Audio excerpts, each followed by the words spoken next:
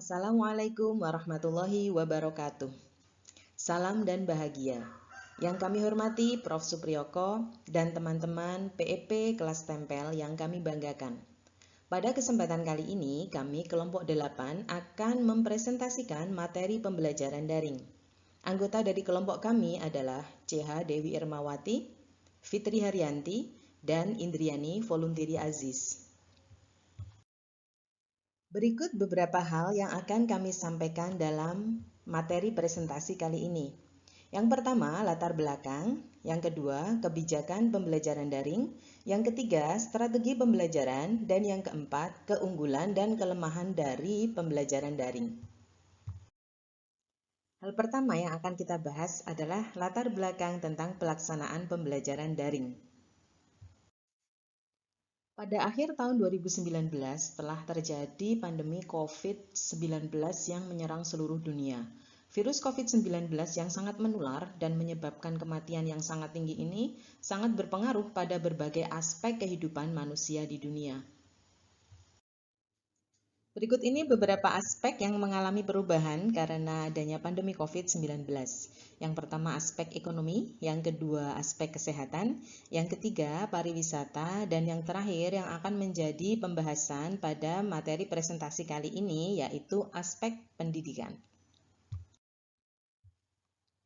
Pandemi COVID-19 sangat berpengaruh di dunia pendidikan Indonesia. Pelaksanaan pendidikan di Indonesia mau tidak mau harus beradaptasi supaya anak-anak bangsa tetap mendapatkan haknya memperoleh pendidikan walaupun di tengah masa pandemi. Di antaranya adalah penyesuaian-penyesuaian di bidang pendidikan, yaitu kurikulum perlu perubahan supaya bisa sesuai dengan kondisi pandemi. Kemudian tentang perencanaan pembelajaran juga harus bisa menyesuaikan. Yang ketiga, yaitu pelaksanaan pembelajaran juga tidak bisa dipaksakan untuk terus belajar di dalam kelas, karena situasi yang tidak memungkinkan. Dan yang terakhir, pelaksanaan penilaian itu juga tidak bisa dilakukan seperti kemarin, yaitu secara langsung dan tatap muka dengan guru dan murid. Berdasarkan latar belakang tersebut dan pertimbangan-pertimbangan yang berkaitan dengan pelaksanaan pendidikan di Indonesia, maka Kementerian Pendidikan akhirnya mengeluarkan kebijakan tentang pembelajaran daring yang harus dilaksanakan sekolah-sekolah supaya anak-anak bangsa tetap memperoleh haknya mendapatkan pendidikan walaupun di dalam masa pandemi. Kebijakan Kementerian Pendidikan dan Kebudayaan yang berkaitan langsung dengan pelaksanaan pendidikan di sekolah adalah sebagai berikut. Sebelum pandemi, sekolah melaksanakan kegiatan pembelajaran untuk mencapai target-target yang telah dicanangkan di dalam kurikulum. Kemudian, ketika pandemi berlangsung, Kementerian Pendidikan mengeluarkan kebijakan bahwa sekolah dapat memilih kurikulum pada masa pandemi, yaitu kurikulum darurat, kurikulum penyederhanaan secara mandiri, atau sekolah juga tetap bisa mengacu pada kurikulum nasional.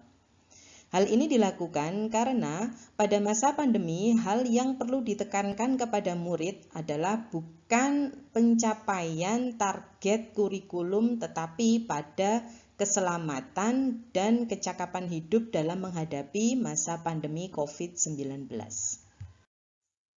Untuk menyikapi kebijakan dari Kementerian Pendidikan dan Kebudayaan, sekolah juga harus segera mengambil kebijakan supaya kegiatan pembelajaran dapat segera dilaksanakan dengan baik. Guru diharapkan dapat mengajar menggunakan dengan berbagai aplikasi pembelajaran yang ada. Kemudian untuk murid-murid melaksanakan pembelajaran secara daring dari rumah. Untuk orang tua diharapkan dapat mendampingi kegiatan belajar peserta didik di rumah. Dan yang terakhir, untuk proses pembelajaran tentu saja tidak dilakukan di sekolah atau tatap muka secara langsung, tetapi dilakukan melalui kelas-kelas maya. Demi kelancaran pelaksanaan kegiatan pembelajaran selama pandemi, sekolah harus menentukan strategi pembelajaran yang sesuai. Artinya, sekolah dapat mengantisipasi kendala-kendala yang kemungkinan bisa muncul sehingga pelaksanaan pembelajaran dapat dilakukan dan dilaksanakan dengan sebaik-baiknya. Sekolah dapat menerapkan strategi pembelajaran yang sesuai dengan kebutuhan masing-masing. yaitu dapat menggunakan strategi pembelajaran murni daring. Artinya, seluruh kegiatan pembelajaran dilakukan dengan cara menggunakan jaringan internet. Yang selanjutnya kombinasi daring dan luring, yaitu kegiatan pembelajaran dilakukan menggunakan kombinasi jaringan internet dan di luar jaringan. Dan yang ketiga adalah strategi komunikasi yang baik antara sekolah, orang tua, dan peserta didik. Hal ini tidak boleh dilupakan karena komunikasi yang baik sangat mendukung terlaksananya kegiatan pembelajaran di masa pandemi, sehingga materi dan tugas-tugas yang diberikan kepada anak dapat tersampaikan dan dapat dilakukan dengan maksimal. Pesatnya kemajuan teknologi memungkinkan guru untuk memilih berbagai media yang dapat disesuaikan dengan kebutuhan pembelajaran dan juga dapat disesuaikan dengan karakter peserta didiknya. Yang pertama yang bisa dipilih adalah Meet atau Zoom. Aplikasi ini memungkinkan guru dan murid untuk melakukan tatap maya sebagai ganti kegiatan tatap muka di kelas. Yang selanjutnya adalah WA. WA adalah aplikasi komunikasi yang banyak digunakan dan familiar. Kemudian yang selanjutnya bisa melalui sosial media, yaitu Facebook, Instagram, YouTube, Twitter, dan website. Yang selanjutnya menggunakan aplikasi-aplikasi pembelajaran yang berbayar, misalnya seperti G-School dan aplikasi-aplikasi lain yang telah disetujui oleh sekolah. Dan yang terakhir adalah Classroom. Classroom ini berupa kelas maya yang dapat digunakan oleh guru dan murid secara bersamaan seperti kita mengelola kelas di dunia nyata. Pelaksanaan pembelajaran daring tentu saja memiliki keunggulan dan kelemahan. Oleh karena itu, kita sebagai pendidik dan praktisi di dunia pendidikan harus bisa memanfaatkan dan memilih yang sebaik-baiknya supaya kegiatan pembelajaran kita bisa dilaksanakan secara maksimal. Beberapa keunggulan dari pembelajaran daring adalah sebagai berikut. Yang pertama, tidak terikat waktu, artinya pembelajaran dapat dilakukan sesuai dengan kesepakatan antara guru dan murid. Kedua, belajar dapat dilakukan setiap saat. Yang ketiga, meningkatkan kreativitas guru dan murid dalam mencari inovasi pembelajaran supaya pembelajaran dapat dilaksanakan dengan sebaik-baiknya. Yang keempat, hemat transportasi, karena tidak harus pergi dari rumah, maka tidak memerlukan biaya transportasi. Yang kelima, tidak terikat tempat. Dan yang terakhir, materi yang telah diajarkan masih tersimpan dan dapat direview sewaktu-waktu. Selain keunggulan, pembelajaran daring juga memiliki kelemahan. Yang pertama, mengurangi chemistry antara guru dan murid. Sebab pembelajaran daring itu mengurangi interaksi yang maksimal antara guru dan murid. Yang kedua, fokus murid bisa terganggu sebab murid juga bisa mengakses selain materi pembelajaran ketika pembelajaran daring berlangsung. Yang ketiga, pengawasan kurang. Hal ini disebabkan tidak semua orang tua dan guru itu bisa mengawasi murid ketika pembelajaran berlangsung. Kemudian yang nomor 4, tingkat stres tinggi yang bisa terjadi pada orang tua, pada guru, dan juga pada murid.